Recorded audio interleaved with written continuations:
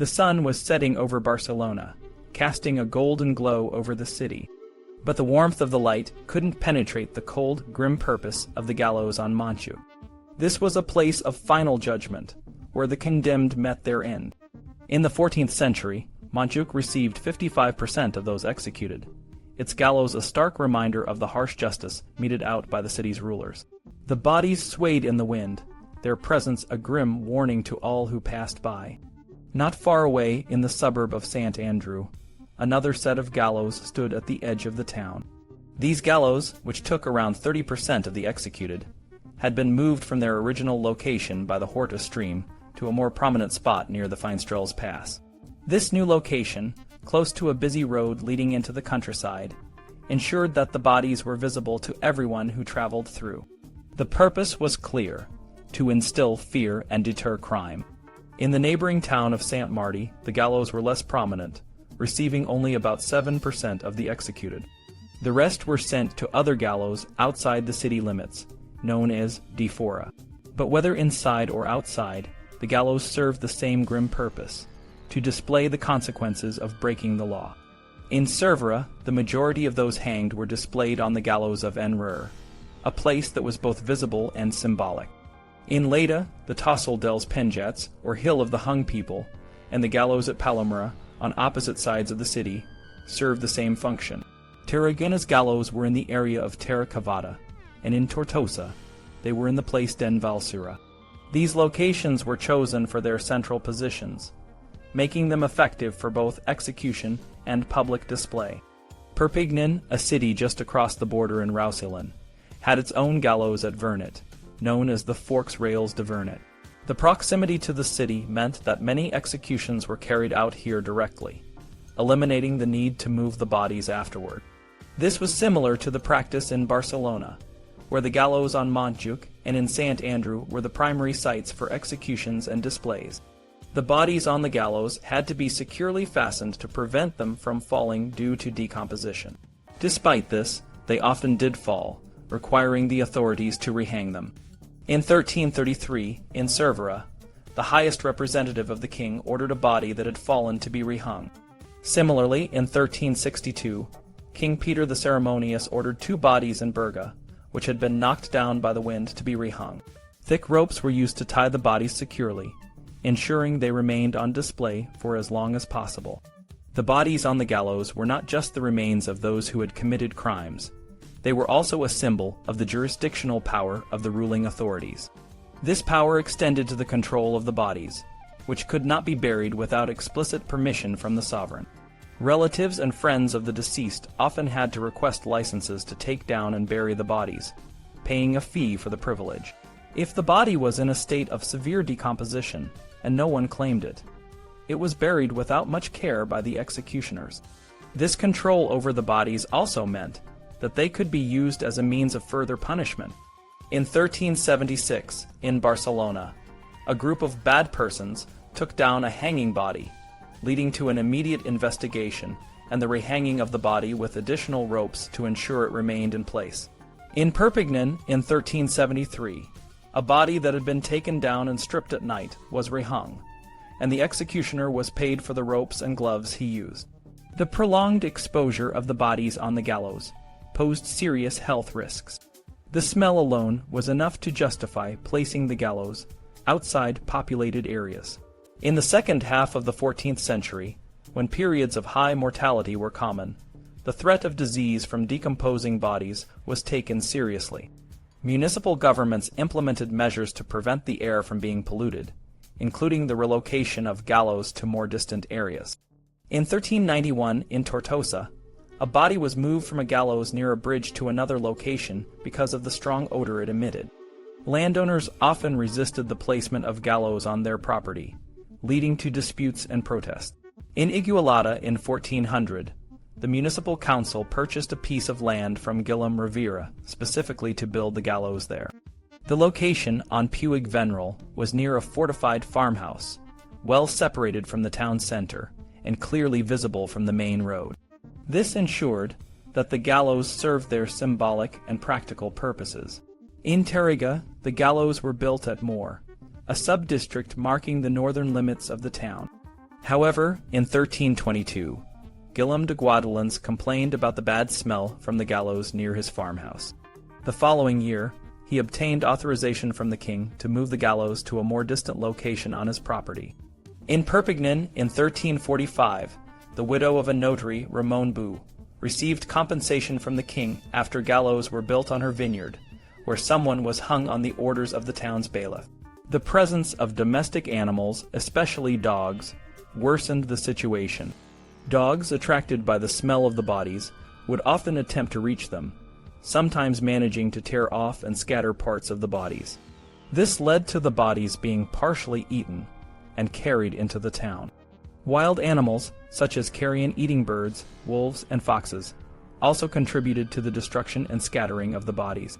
In some places, there were concerns that the bodies would attract wolves down from the mountains, a persistent fear in Tortosa.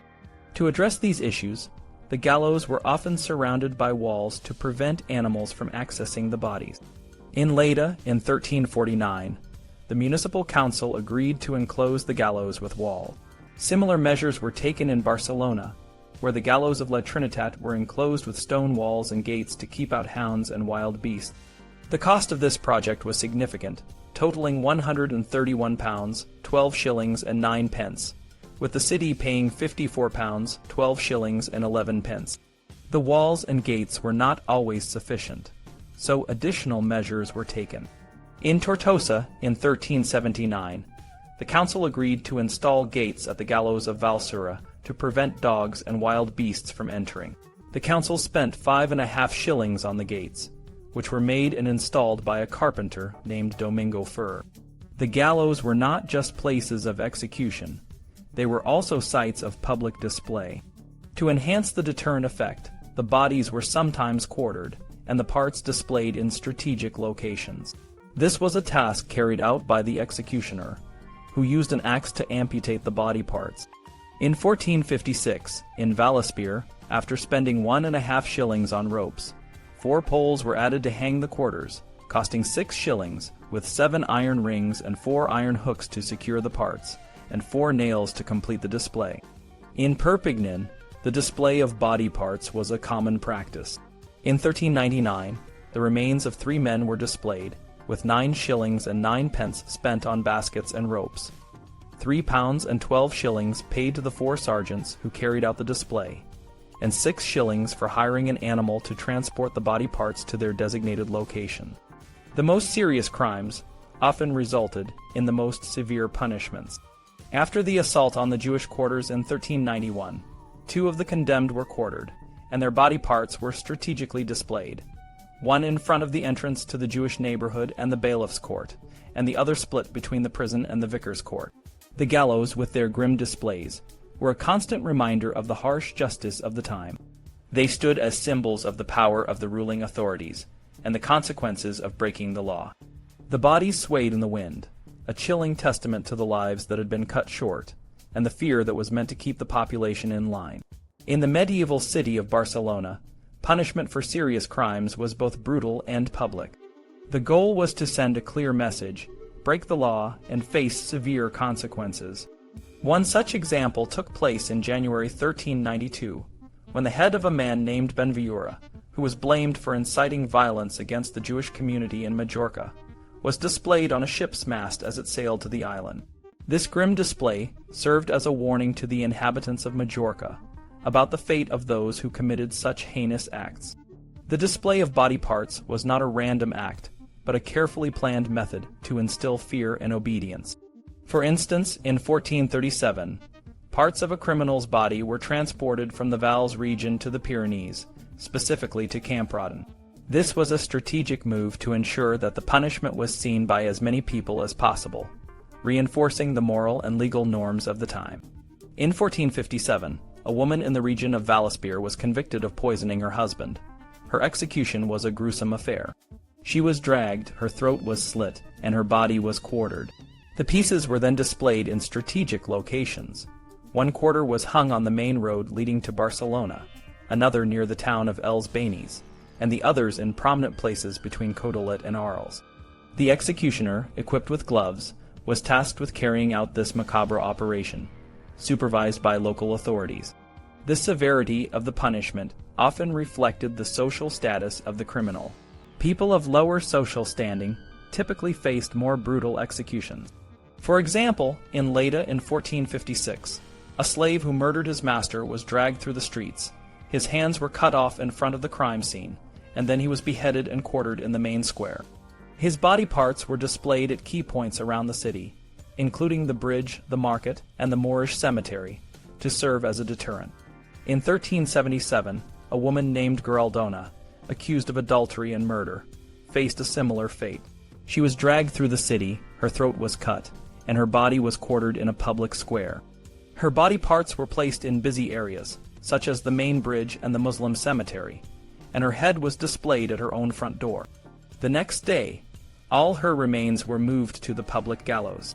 In Barcelona in December 1391, 11 people accused of participating in attacks on the Jewish quarter and a Genoese corsair were executed. The executions were spread across the city, with each hanging or quartering site chosen for its symbolic significance. The corsair was hung near the sea, while others were hung in central squares. 2 of the most serious offenders were quartered in the main squares, with their body parts displayed in strategic locations, including the entrance to the Jewish neighborhood. Political motivations also influenced the severity and nature of punishments. In 1387, King John I executed several officials who had accompanied his stepmother, Queen Sibylla, when his father, Peter the Ceremonious, was dying. 2 of these officials, Berengar Débala and Bartholomew Lunes, were decapitated. Berengar's head was displayed in the main square, while Bartholomew's body was immediately quartered, with his remains distributed around the city. The king later allowed their remains to be buried in Christian graves, showing a mix of severity and magnanimity. The display of bodies and body parts was a powerful tool for the authorities to assert their control and maintain social order. It was a way to humiliate the condemned and instill fear in the population. For the most serious crimes, the ultimate punishment was the pyre, a public burning that was considered the worst fate one could face. These harsh punishments were not just about retribution, but also about demonstrating the power of the state and the importance of adhering to the law. The public nature of these executions and the display of remains served as a constant reminder of the consequences of defying authority. The application of the death penalty by burning was one of the most severe and terrifying punishments in medieval times. It was reserved for the most abhorrent crimes, such as heresy, male homosexuality, and witchcraft. These crimes were seen as direct threats to the order established by God, and the punishment was designed to be both a deterrent and a form of divine retribution. Despite the gravity of the crimes, the victims were almost always from the lower social classes, as the upper classes were often able to avoid such harsh penalties. When the sentence was death by burning, the execution was carried out with a sense of finality and justice. In Barcelona, for example, a record from 1359 notes, justice was done to a Moor who was burned. The process began with the pronouncement of the sentence, followed by the transport of the condemned to the site of execution. The condemned person was typically tied with thin ropes cords primes, and often transported on the back of an animal hired by the court. In some cases, the sentence specified that the condemned should be dragged roscat to the site, adding an additional layer of humiliation and suffering. In the counties of Roussillon and Cerdagne, the protocols for burning were similar to those for other executions. The condemned person was usually dressed in a simple shirt, pants, and a hood provided by the court. The executioner, who was a professional and respected figure, wore gloves for the task. These gloves were a standard part of the executioner's equipment, and symbolized the separation of the act from the executioner's personal life. The same officers who carried out regular executions were responsible for the burning, ensuring a consistent and systematic approach to justice. In 1424, the executioner from Perpignan, Joan Lo Borny, known as the One-Eyed, traveled with a messenger to Belver de Cerdagne, the capital of the subvicarage of Berida, to execute a man condemned as a sodomite. The record states, to burn one man condemned as a sodomite to burn.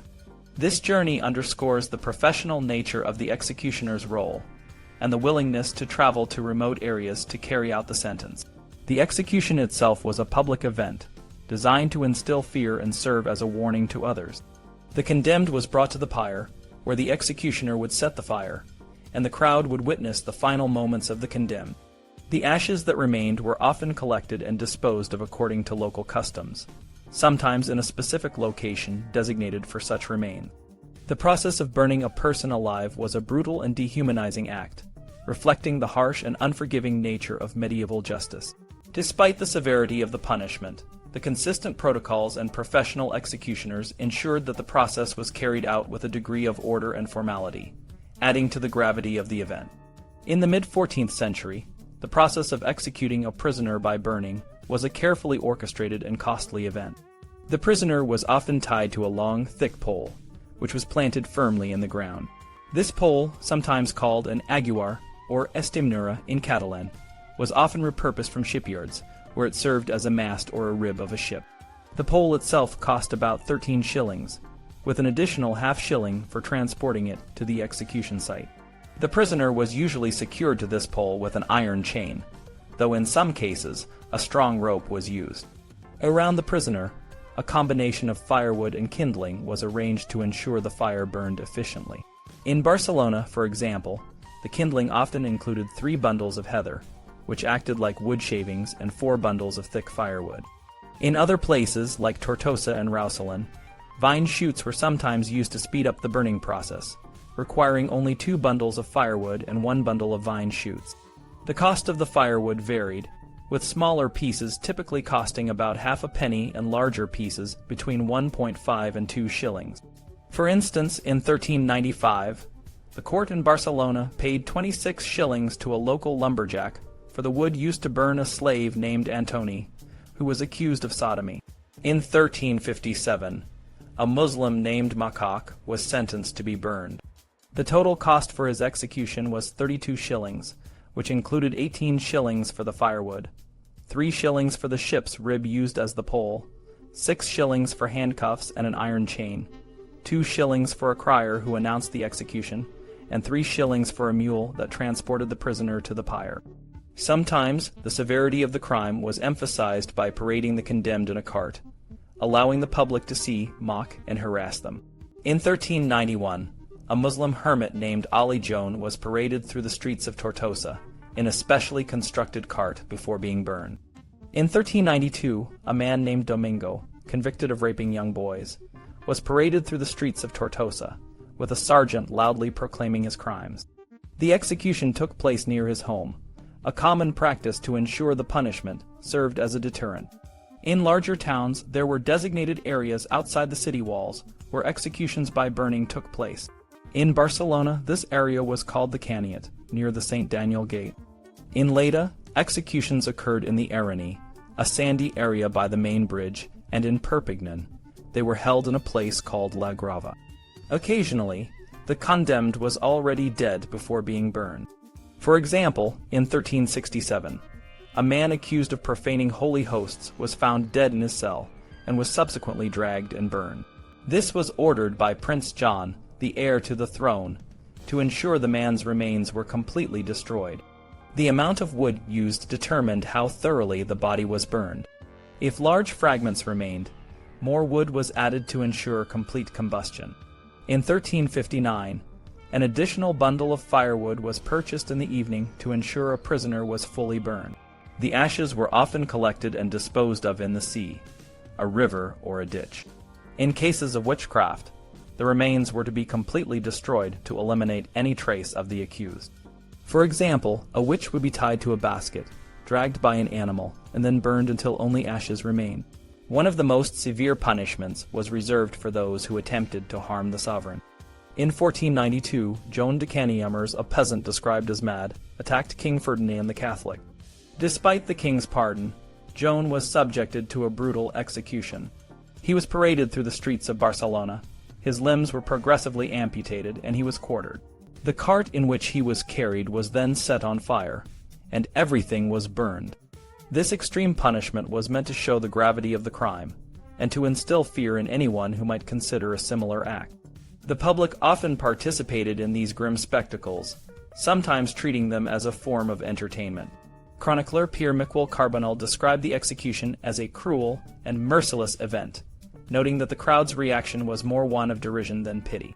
The execution was a public display of the state's power and the severity of the punishment for those who dared to challenge the social order. The final scenes of medieval justice were often brutal and public, designed to show the power of authority and the dangers of going against it. One such event took place in Barcelona in 1492, involving a man named Joan Caniamas, who attempted to assassinate King Ferdinand II of Aragon. Despite the king's magnanimity in pardoning Caniamas, the people's anger was fierce, and they took matters into their own hands. Caniamas was taken through the city streets in a procession that included a mix of young and old, all of whom were deeply enraged. They escorted him through the main thoroughfares, from the Plaça del Blat Vella to the Born, and then to Plaça Sant Jaume and Plaça Nova, where he was mutilated piece by piece. Each body part was removed to prolong his suffering, a grotesque spectacle that was meant to send a clear message. Any attack on the king was an attack on the entire social order. Finally, outside the city gates at the portal New Newgate, Caniamas was stoned and his body burned along with the cart that had carried him. The fire was meant to erase any trace of him, ensuring that his memory would not linger. This act was more than just punishment. It was a public statement, a symbolic cleansing of the community. The events surrounding Caniamas's execution reflect a broader trend in medieval society, where the young were often seen as more passionate and less rational, making them ideal for expressing the collective anger and fear. The young people's actions were not just a spontaneous outburst, but a sanctioned form of public retribution, a way to reinforce social norms and the power of the monarchy. This brutal display of justice was not unique to Barcelona. Similar executions and public punishments were common across Europe, especially in the context of heresy and rebellion. The Inquisition, which began in the 13th century, was a powerful tool for maintaining religious and social order. Heretics were seen as enemies of God and society, and their punishment was severe, often involving public burnings to instill fear and demonstrate the consequences of dissent. The burning of heretics was not just a physical act, but a symbolic one. It was believed that burning heretics and their texts would purify society and prevent the spread of dangerous ideas. The complete destruction of the body, leaving no remains, was intended to prevent any form of memorial or veneration by their supporters. This was also a way to ensure that the heretic's family could not preserve their memory, thus cutting off any possibility of future rebellion. In the end, these public executions and the rituals surrounding them were more than just punishments. They were powerful tools for social control, reinforcing the authority of the state and the church. They were designed to be seen and remembered, serving as a constant reminder of the consequences of challenging the established order. Through these acts, medieval society sought to maintain its stability and unity, even if it meant resorting to the most extreme measures.